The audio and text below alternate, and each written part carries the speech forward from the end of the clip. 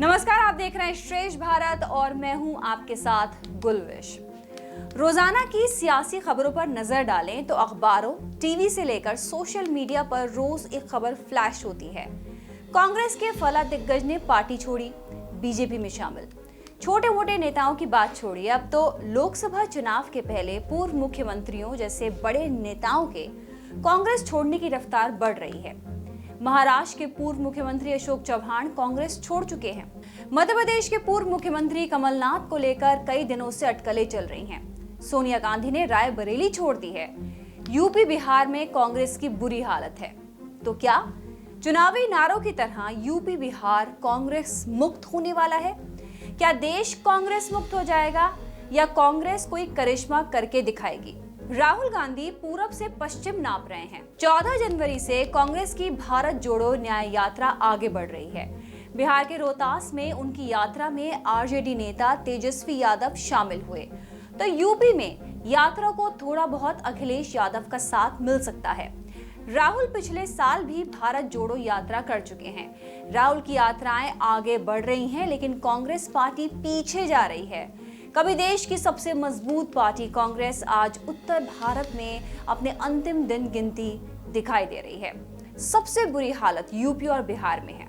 2019 के लोकसभा चुनाव में कांग्रेस के पास यूपी की सिर्फ एक सीट थी, रायबरेली, जहां से सोनिया गांधी जीती थी। 2019 में अमेठी से राहुल गांधी को हार का अंदेशा हो गया था, इसलिए उन्होंने अमेठी के साथ साथ केरल के वायनाड सीट से भी पर्चा भरा था। वे अमेठी हार गए और अभी वायनाड से सांसद हैं। अब सोनिया भी रायबरेली सीट छोड़ चुकी हैं। वे राजस्थान से राज्यसभा में चली गई हैं। तो क्या इस चुनाव में कांग्रेस रायबरेली सीट भी खोने वाली है? ये बड़ा सवाल बना हुआ है। कांग्रेस का यूपी और बिहार में संगठन सबसे खराब हालत में जा चुका है। इन दोनों राज्यों को साधे बिना कांग्रेस उत्तर भारत में खड़ी नहीं हो सकती है। रायबरेली के लोगों के नाम अब सोनिया गांधी चिट्ठी लिख रही हैं, कह रही हैं कि मेरे परिवार को संभाल लेना, जिससे कयास भी लग रहे हैं कि प्रियंका गांधी रायबरेली से लोकसभा चुनाव लड़ सकती हैं। लेकिन ना अभी प्रियंका इसकी हिम्मत जुटा पा रही हैं और ना ही कांग्रेस संगठन।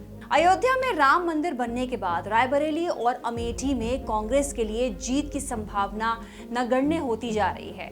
वैसे भी कांग्रेस के साथ रहे पुराने ज्यादातर नेता और कार्यकर्ता बीजेपी में जा चुके हैं, बचे कुचे समाजवादी पार्टी के साथ। अयोध्या के राम मंदिर को लेकर रायबरेली और अमेठी ही नहीं, पूरे यूपी में राम लहर की चर्चा है, जिसका फायदा बीजेपी को मिलने की संभावना जताई जा रही है। यूपी में कांग्रेस के पतन के तमाम कारण हो सकते हैं, लेकिन यूपी में बीजेपी के उभार और कांग्रेस के पराभव के पीछे अयोध्या का मुद्दा जरूर है। 40 साल पीछे चलिए तो 1984 के लोकसभा चुनाव में कांग्रेस ने यूपी के सभी दलों का सूपड़ा साफ कर दिया। 1984 में बीजेपी देश में 2 लोकसभा सीटों वाली पार्टी हुआ करती थी। लोकसभा में पूरे देश से बीजेपी के सिर्फ 2 उम्मीदवार जीते थे, जबकि राजीव गांधी की अगुवाई में कांग्रेस के 404। अब 2024 में बीजेपी अब की बार 400 पार का नारा दे रही है, तो कांग्रेस के सामने अस्तित्व का संकट मंडरा रहा है। दक्षिण भारत से कांग्रेस को भले कुछ सपोर्ट और सीटें मिल जाएं, वरना यूपी जैसे राज्य में शून्य का खतरा मंडरा रहा है। यही हालत यूपी के पड़ोसी राज्य बिहार की है, जहां 2019 में कांग्रेस ने सिर्फ 1 सीट जीती थी। बिहार के किशनगंज से कांग्रेस के मोहम्मद जावेद विजयी हुए थे।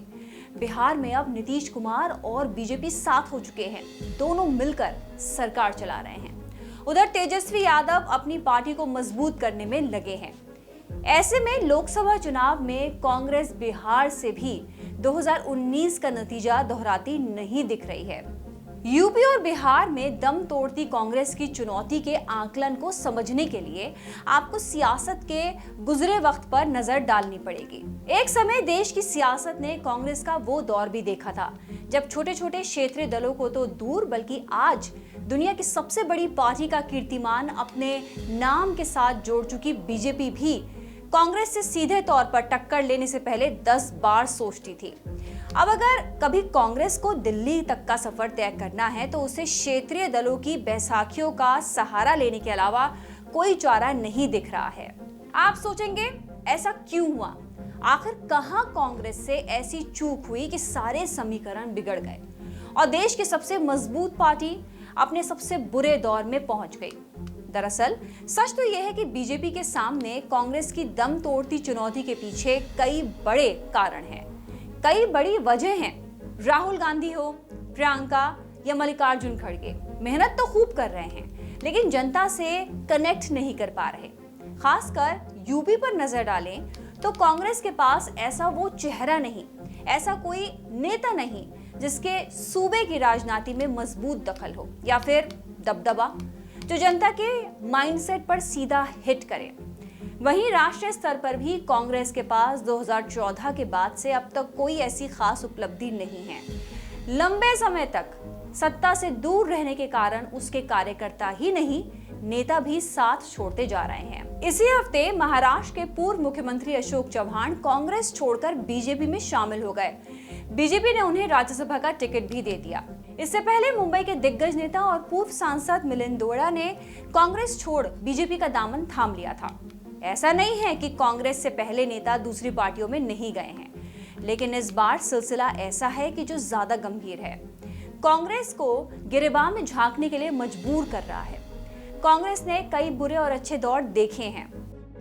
1969 में जब इंदिरा गांधी को कांग्रेस अध्यक्ष बनाया गया था तो कांग्रेस के पुराने नेता नाराज हो गए। दक्षिण भारत के नेता के कामराज ने तो पार्टी ही तोड़ दी।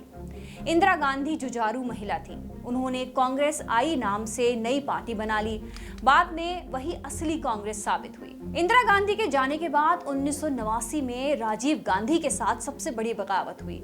बोफोर्स तोप घोटाले का आरोप लगाकर राजीव के खासम खास साथी राजा विश्वनाथ प्रताप सिंह अलग हो गए। उन्होंने अलग पार्टी बनाई और राजीव गांधी की सत्ता उखाड़ी। 1997 में सोनिया गांधी पार्टी संभालने आई तो शरद पवार, नारायण दत्त तिवारी और तारिक अनवर जैसे नेता कांग्रेस से अलग हो गए। इन सब ने अपनी अपनी सियासी राह पकड़ी, लेकिन कांग्रेस अपनी राह चलती रही। कांग्रेस से निकलकर कई नेताओं ने अपनी पार्टियां तो बना ली, लेकिन वो पार्टियां कभी बुलंदियां नहीं छू पाईं।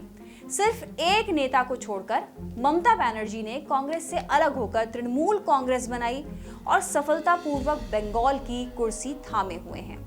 2014 से केंद्र में मोदी के नेतृत्व में बीजेपी की सरकार है। प्रधानमंत्री समेत बीजेपी के कई नेता 2014 से कांग्रेस मुक्त भारत का नारा दे रहे हैं। आज भी संसद में सत्ता पक्ष की तरफ से सबसे ज्यादा हमले किसी दूसरी विपक्षी पार्टी पर नहीं, कांग्रेस पर ही बोले जाते हैं। पिछले हफ्ते संसद में बजट सत्र के समापन और राम मंदिर पर धन्यवाद प्रस्ताव के दौरान प्रधानमंत्री ने पंडित जवाहरलाल नेहरू से लेकर वर्तमान कांग्रेस तक सभी नेताओं पर जमकर कटाक्ष किए। नेहरू जी कहते थे अगर एससी, एसटी, ओबीसी को नौकरियों में आरक्षण मिला तो सरकारी काम का स्तर गिर जाएगा। और आज जो आंकड़े गिनाते हैं ना कि इतने यहां है, इतने यहां है, उसका मूल यहां है, क्योंकि उस समय उन्होंने रोक दिया था रिक्रूटमेंट ही मत करो। अगर उस समय सरकार में भर्ती हुई होती और वो प्रमोशन करते करते आगे बढ़ते तो आज यहां पर पहुंचते। सभापति जी, ये कोर्ट में पढ़ रहा हूं, आप वेरीफाई कर सकते हैं, मैं पंडित नेहरू का कोर्ट पढ़ रहा हूं। कांग्रेस के लगातार गर्त में जाने की वजह यह भी है कि वो परिवारवाद के आरोपों से जूझ रही है। बीजेपी के किसी भी नैरेटिव का कांग्रेस तोड़ नहीं खोज पा रही है। ऐसा नहीं कि बीजेपी और सरकार से कोई गलती नहीं हो रही है। कोरोना हो या किसान आंदोलन, बीजेपी की चूक को कांग्रेस नेता जनता के बीच पूरी ताकत से उजागर नहीं कर पा रहे हैं। इसके लिए कांग्रेस की पार्टी संरचना या कहे कांग्रेस के संगठन में भी वो मजबूती नहीं दिखती जो बीजेपी के सामने कहीं भी ठहरती हो।